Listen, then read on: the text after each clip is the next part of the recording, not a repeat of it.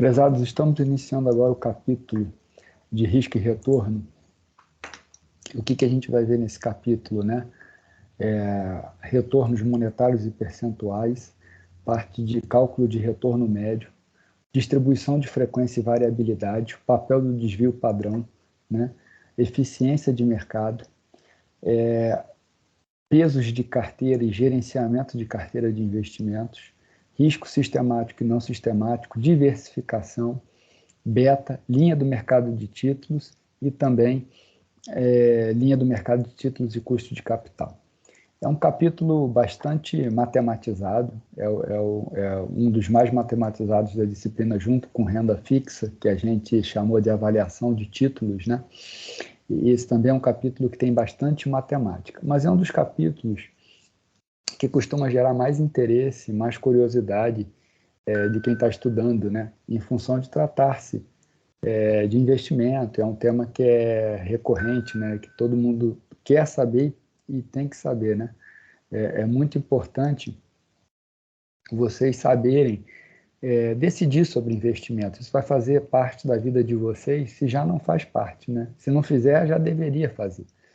Então, esse capítulo te dá a ideia de como tratar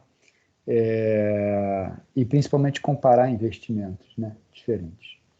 Bom, então, primeira coisa que eu queria mostrar para vocês, eu vou usar mais aqui o whiteboard, que eu gosto de explicar muito usando o quadro, tá? Primeira coisa importante, né? Por que retorno, né? Por que a gente fala retorno e não preço, né? Qual é a lógica da gente falar risco versus retorno e não risco versus preço, né? É isso que eu queria começar introduzindo aqui a nossa discussão. Então, eu já tenho aqui uma base de dados, vou pegar aqui com vocês, a Petrobras, né? Vou simplesmente copiar aqui do Economática, vou colar no Excel, abrir aqui um Excel para a gente, e vou colar no Excel.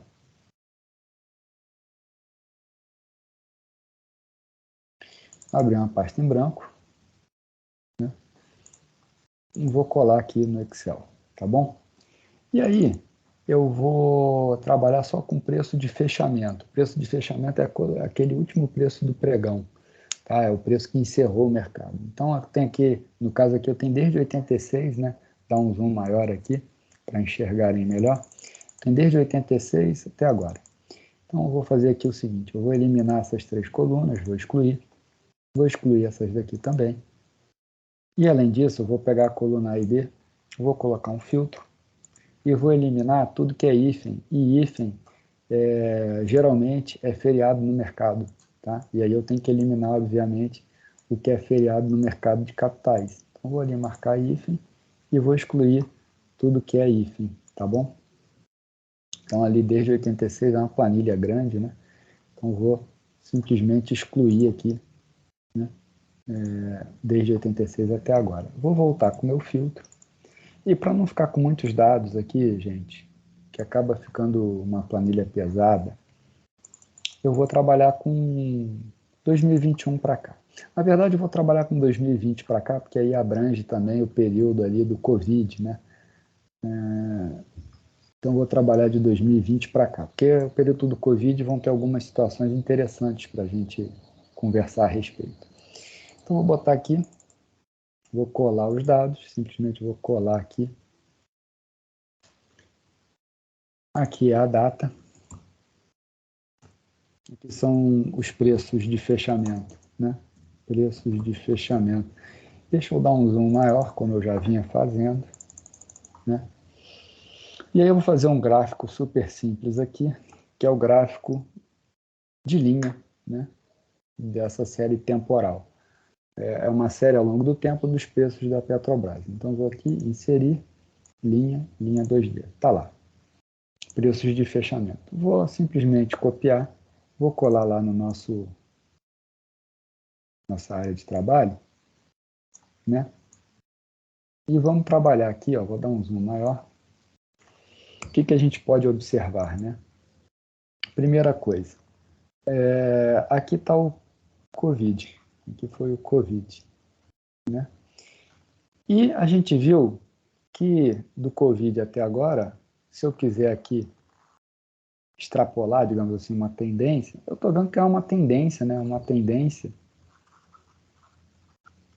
positiva. Isso quer dizer que a derivada, né, desse gráfico aí, ela é positiva. Mas é meio, digamos assim, meio arriscado falar isso, né? Por quê? Pelo seguinte, se eu for olhar aqui, aqui subiu, mas logo aqui caiu, ó. Então, eu não consigo, digamos assim, olhando só para a série de preços, prever o que vai acontecer amanhã. Especificamente, pessoal, o gráfico de preço ele não é informativo do ponto de vista preditivo. Eu não consigo prever nada olhando para isso aqui. Mas vai dizer, não, Guilherme, eu consigo prever que sobe. Sim, mas nesse período de tempo, se eu fizer um recorte, por exemplo, aqui, de março de 21 até maio de 21, né, pegar só esse trecho aqui da curva, vou até apagar isso aqui, ó, dá a impressão, ó, apaguei, tá? Se eu pegar só esse pedaço aqui da curva, tá? Se eu pegar só esse pedaço aqui, ó, e fizer uma lupa, o que eu estou vendo? Que a tendência é de queda, está acontecendo isso. E aí você vai dizer que a ação vai cair, ou seja, o que eu quero mostrar aqui para vocês, estou mostrando é que esse gráfico ele é, de certa forma, imprevisível. Se eu perguntar aqui para qualquer um qual o preço de amanhã, não dá para cravar nada. Dá para dizer assim, vai estar entre 20 e 40. Isso sim, ok. Mas é o máximo de previsão que você consegue fazer, né? Você não consegue ter nenhum outro tipo de previsão. Agora é o seguinte, o que eu vou fazer? Eu vou pegar o preço de hoje sobre o preço de ontem e vou diminuir 1, tá certo? Isso aqui em percentual com 2 casas decimais. Então, o que eu fiz ali, ó? Eu estou pegando, né? Eu vou chamar de, botar aqui agora na caneta azul, tá? E vamos usar a mãozinha aqui, para a gente centralizar melhor. O que eu estou fazendo agora é o seguinte, o retorno numa data T qualquer é o preço na data T sobre o preço na data anterior menos 1. Então, um exemplo, tá? Exemplo. Hoje, vamos supor que hoje seja quarta. E ontem foi, obviamente, terça. Ontem a ação era 100, hoje fechou a 110. Qual foi o retorno? Bom, de cabeça, 10%. Como é que é o retorno? Como é que eu chego nos 10%? É o 110 sobre 100 menos 1. Isso aqui vai dar 10%. Então é isso que eu vou fazer lá no Excel. Eu acabei de fazer. E vou clicar até embaixo. No que eu cliquei até embaixo, tá? Já fiz o retorno daquele ativo. Agora eu vou pedir o gráfico. Vou pegar isso aqui, Ctrl Shift para baixo, vou pedir o gráfico. Inserir gráfico de linha 2D. E aí, pessoal, eu vou botar aqui, ó, gráfico dos retornos. Eu vou pegar esse gráfico aqui e vou colar na nossa área de trabalho aqui, nosso whiteboard. Tá lá. O que eu consigo observar? Existe uma grande chance dos retornos estarem nessa faixa que eu estou desenhando aqui, ó. Tá? Olha lá, entre menos 20%, o retorno em T, e 10%. Tá? Isso eu estou conseguindo ver aqui por essa faixa. Mais ainda, ó, eu consigo ver que está serpenteando ao redor de zero. Então, o que eu posso prever é que a média dessa variável aleatória retorno é zero. Nela, estou vendo que serpenteia ao redor do zero. Tá bom? Opa! Se eu já consigo numa série prever a média, isso já é de grande valia, né? Então eu posso dizer que a média de retornos diários é zero. O ponto é, por que ela é zero? E será que ela é zero mesmo? Será que é zero? Bom, eu estou pegando uma janela, né, de tempo aqui, um ativo específico. Vamos fazer o seguinte. Vou pegar aqui, vou pedir a média, igual a média. Simplesmente fazer isso, tá? Média. Se eu fizer aqui essa conta, ó, se eu botar isso aqui em número, a média é 0. A média ser 0, será que vale para qualquer ativo? Isso é uma pergunta importante. Será que vale para qualquer ativo? Vamos fazer o seguinte, vamos pegar então, não precisa ser Petrobras, vamos pegar ouro.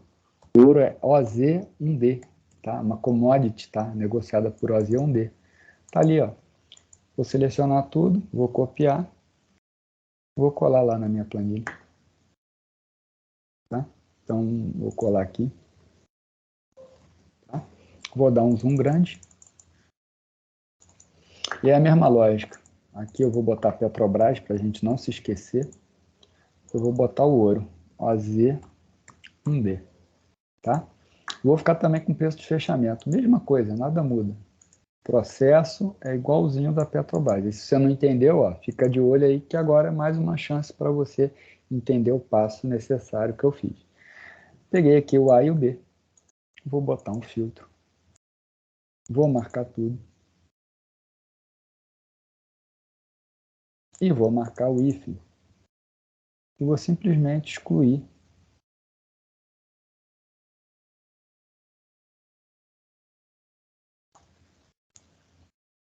Excluir aqui a linha, tá? E vou, de novo, voltar com o filtro. E aí, mesma lógica da Petrobras, eu vou pegar de 2020 para cá.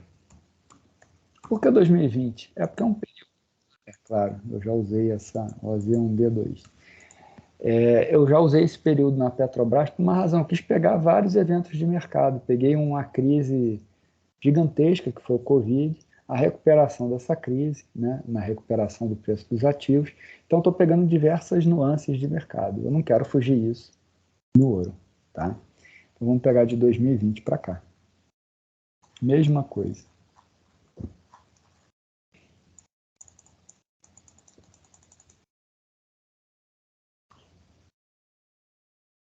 Vou pegar isso aqui, simplesmente copiar e vou colar aqui. Ctrl V.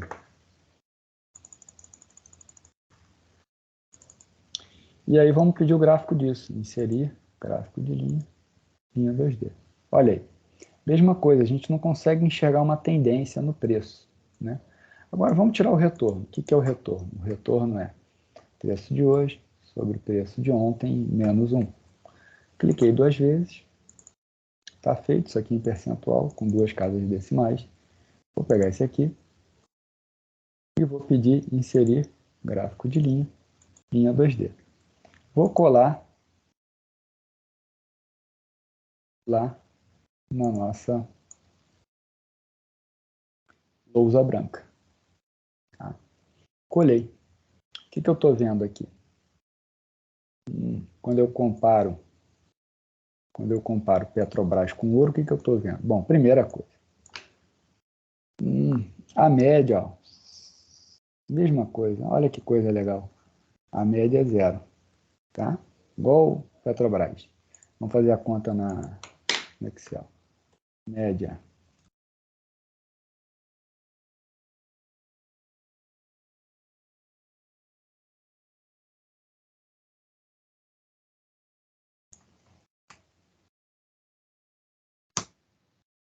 Fechou parênteses ali. Deu 0. Vou botar aqui número. 0. O comportamento foi igualzinho. O que mudou foi a variação. Ó. A variação. O retorno aqui, Petrobras. Aqui, retorno em T, aqui eu vou botar ouro. O retorno do ouro ficou entre 2% e menos 4%. Ou seja, ambos tiveram média 0, mas a Petrobras variou muito mais do que o ouro. O que isso quer dizer? Isso quer dizer que a Petrobras tem muito mais risco do que o ouro. Então a gente já está vendo um monte de conceito por trás. Primeiro, a distribuição dos retornos ela parece sugerir um padrão, pelo menos com relação à média, é 0. Qual é a explicação econômica para a média ser zero? Simples. Se não fosse zero, se eu sei que investir na Petrobras dá um retorno positivo na média ao longo do tempo, eu vou comprar Petrobras todo dia. Até que o meu movimento vai ensejar o mesmo movimento em outras pessoas. O preço vai subir, até chegar alguém e falar, pô, peraí, esse preço está muito caro. Aí todo mundo vai começar a vender. Então, pela lógica de oferta e demanda de preços, tende a puxar para a média. E qual é a média? Tem que ser zero, porque se não for zero, você tem um almoço grátis, né? Você tem um free lunch no mercado, né? E isso, pela teoria dos mercados eficientes, que a gente vai ver mais na frente, uma aula ainda na frente, pela teoria dos mercados eficientes, não existe almoço grátis, né? Eu não consigo ter prêmio, né, de graça. Então, acaba que na média tende a zero. Tá? O que difere um do outro é a abertura com relação à média. Né? Aqui, ó, a abertura é muito maior do que aqui. A da Petrobras, a variação é maior. Então, isso quer dizer que o risco da Petrobras, medido pelo desvio padrão, o risco, sigma, Petrobras, ele é maior do que o risco do ouro. Tá? Bom, mas aí é o seguinte, vamos ver a distribuição de dados. Eu vou pegar aqui, ó, a distribuição de retorno. Eu vou vir aqui em dados, análise de dados, histograma, e vou pedir um histograma aqui dos retornos da Petrobras. Sei que eu fiz bobagem. Fiz bobagem. Vim lá de cima.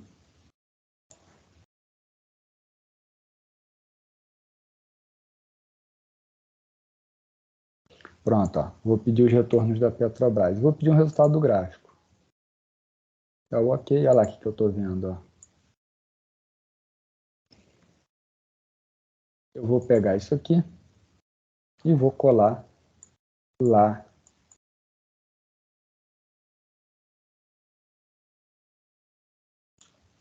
no nosso whiteboard. O que eu estou vendo? A distribuição, pessoal, parece seguir uma curva normal, onde o que eu tenho é uma diferença aqui com relação à distância da média em relação ao desvio. E o desvio é medido por essa diferença aqui, sigma. O sigma é uma medida que se chama em estatística de desvio padrão. É a dispersão da variável aleatória em relação à sua média, tá bom? Vamos ver o do ouro. Será que o ouro tem esse comportamento? Vamos lá. Vou pegar aqui, ó. Vou pedir inserir dados, né? Análise de dados, histograma. Vou pegar o do ouro, tá? Vou pedir o resultado do gráfico. Tá aí o do ouro. Vou dar um Ctrl C e vou colar lá no nosso whiteboard. Vê.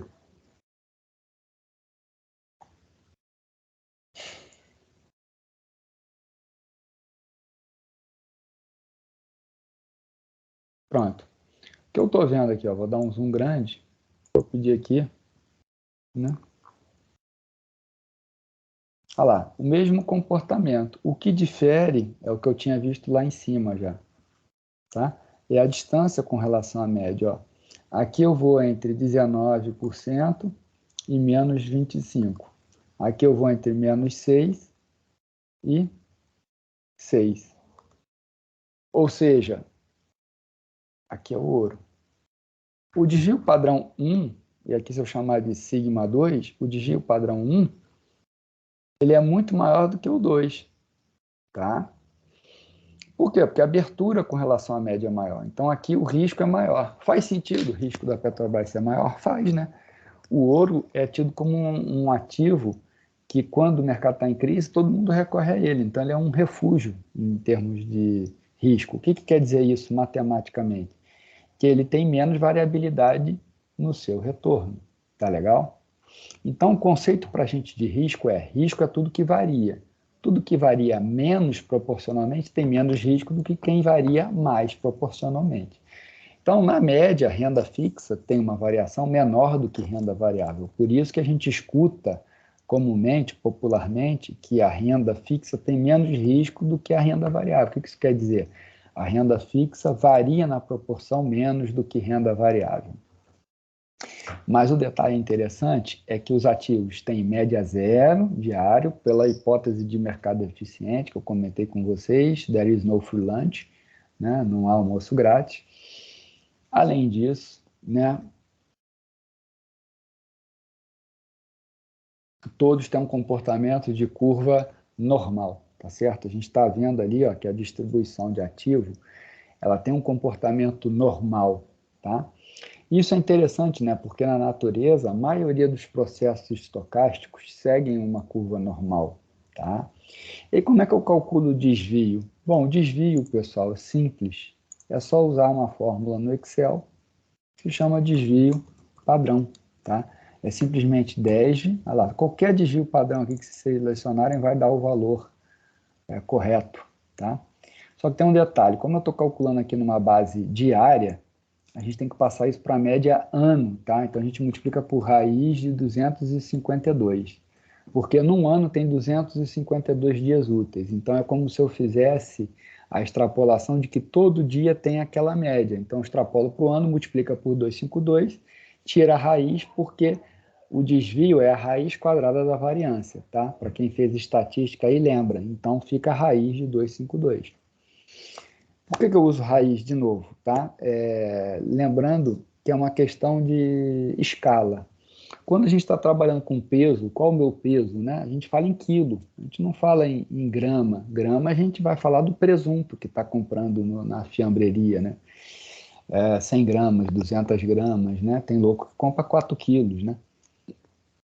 Quando a gente está falando do nosso peso, a gente fala 70, 80, 90 quilos, né? Não fala 90 mil gramas. Né? Então, aqui é uma questão de escala. A gente fala de desvio padrão em ano, base anual. Como eu estou calculando base diária, eu passo para ano. Vou dar o Enter, ó. Deu 24% de desvio anual. Vamos ver o Petrobras? Petrobras tem que dar mais. Então, vamos lá, ó. 10 de PAD, vamos ver. Igual a 10 de PAD, vamos pegar o desvio padrão da Petrobras. Tá legal? Ó.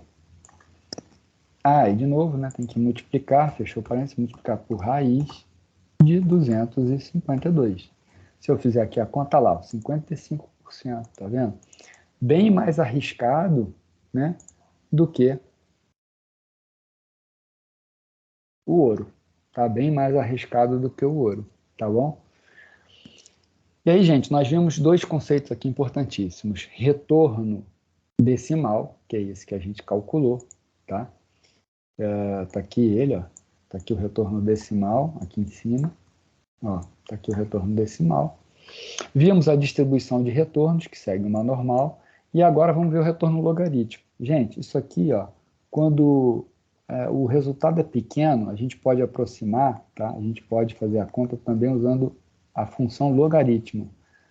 Logaritmo do preço em t sobre o preço em t menos 1. Logaritmo natural, tá? Qual é a vantagem de eu transformar em log? A gente vai ver que isso aqui vai dar quase o mesmo resultado que o daqui. A vantagem de log é que o log lineariza, né, e torna o que é divisão em uma subtração. Né? Então, o log de PT menos o log de PT menos 1. Tá? Então, transforma uma divisão simplesmente nessa diferença aqui. Tá legal? Então, o computador trabalha de forma muito mais célere, né, quando você está trabalhando com diferença. Então, olha só, vou provar para vocês aqui. Se eu fizer logaritmo natural do preço de hoje sobre o preço de ontem, vai dar aproximadamente ali o mesmo valor. Vou botar aqui em percentual. Quanto menor o valor, mais próximo dá. Ó. Aqui, ó, 0,53, 0,66, menos 0,35, 0,59, 0,58, tá vendo? Quando é grande a variação, que dá uma pequena diferença, tá? Mas que para o cômputo do risco, nada se altera. Ó, se eu puxar aqui para o lado, ó, tá lá, tá vendo? Alterou muito pouquinho. E tem outra razão da gente usar logaritmo, tá? Além da função do computador que eu comentei, né, que lineariza.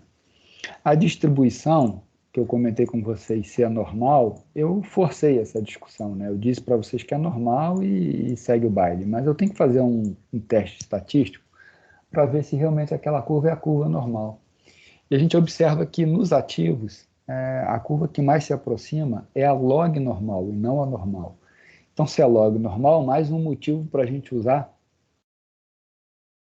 a função exponencial inversa, né? Mais um motivo da gente usar logaritmo natural, tá ok? Outro ponto aí sobre a curva, tá, pessoal? Ela é levemente assimétrica, tá, à esquerda. Ou seja, significa que ela cai, quando ela cai, ó, até fiz errado aqui, ó, não é 25, né? Eu tô vendo que é 29. Ó, isso aqui é 29. Quando cai, ela cai mais forte do que quando sobe. Então a curva ela tem mais distribuição à esquerda, a cauda da esquerda é mais gorda, o nome é esse, fat tail, né, cauda gorda. Ela é mais pronunciada à esquerda do que para a direita. O que isso significa? Quando o mercado cai, ele cai mais forte, módulo quando sobe. Isso quem vai explicar não é a hipótese do mercado eficiente, porque o mercado eficiente iria levar você à indução de que a curva tem que ser simétrica. Não é isso que a gente observa. Tá? A teoria dos mercados eficientes explica uma parte. Tá? O próximo módulo será sobre mercado eficiente, um pedaço do módulo. Mas vamos lá. O que explica esse comportamento assimétrico mais à esquerda? É um comportamento humano mesmo, tanto que a área que estuda isso é Behavioral Finance, né? Finanças comportamentais. Nós temos um comportamento de manada. Quando sai, a gente não quer ser o último a sair. Então, a gente vende a qualquer preço, mesmo que esteja muito barato, porque não quer ser o último a apagar as luzes. Na euforia, acontece o inverso. A gente entra na festa pagando caro, mas não paga tão caro quando quer sair dela, né? A gente tem digamos assim, o nosso cérebro ele pensa diferente na tristeza e na alegria. E pensa de forma assimétrica. Tem vários testes que já foram feitos psicológicos para mostrar isso. Então, quem explica esse comportamento é finanças comportamentais, tá? Que acaba não sendo tópico da disciplina, tá? Isso é mais para um curso de especialização, doutorado, né? Que são linhas de pesquisa nessa área, tá bom? Ainda bem, porque senão acaba ficando muito assunto, a gente não aborda o principal, né? Um ponto importante, pessoal, eu tenho dois ativos, e aí, para a primeira parte, né, da disciplina, são 4 aulas, já encerramos, tá? Que é essa parte aqui de variabilidade do retorno, média, né, cálculo do retorno médio, é isso que a gente acabou de ver. O que eu vou deixar de discussão para próximo módulo aqui é o seguinte: eu tenho um ativo aqui com desvio 1, tenho um ativo aqui com desvio 2, e eu consigo ter uma carteira combinada desses dois ativos, tá? Cujo risco da carteira combinada é menor do que o menor deles. Bom português, eu consigo montar uma carteira de investimentos, tá? Em que a combinação de ouro e Petrobras faz com que a carteira tenha um risco menor do que 24,79. Como? Isso a gente vai ver no próximo módulo, tá? Que entra muita matemática, teoria dos portfólios, tá? Que nada mais é do que, na verdade, assim, se eu trocasse o nome, seria álgebra linear de ativos, porque a gente vai tratar ativos como vetores. Os vetores, eles têm força, direção e sentido. Quando combinados, existe uma correlação entre eles, que pode ser positiva ou pode ser negativa, e eu trato eles como se fossem vetores de força. Então, se eu estou colocando num portfólio, por exemplo, um Ibovespa e um dólar, quando o Ibovespa sobe, em geral o dólar cai. Por quê? Porque é o estrangeiro ainda que domina a compra do Ibov. Então, o estrangeiro vem no Brasil, deixa dólares aqui, então mais dólares, o dólar cai, a bolsa sobe. Então, se eu combino esses dois ativos, eles tendem a ter um efeito de cabo de força. Um puxa para um lado, o outro puxa para o outro. O risco total desse portfólio combinado cai. Isso que é interessante. Isso a gente vai começar a ver no próximo encontro sobre esse tema nosso. Ok, pessoal? Bom, dúvidas, por favor, no chat. sempre ali no MS Teams, né? No nosso streaming ali. Participem, por favor. Fico totalmente à disposição. Agradeço. Obrigado.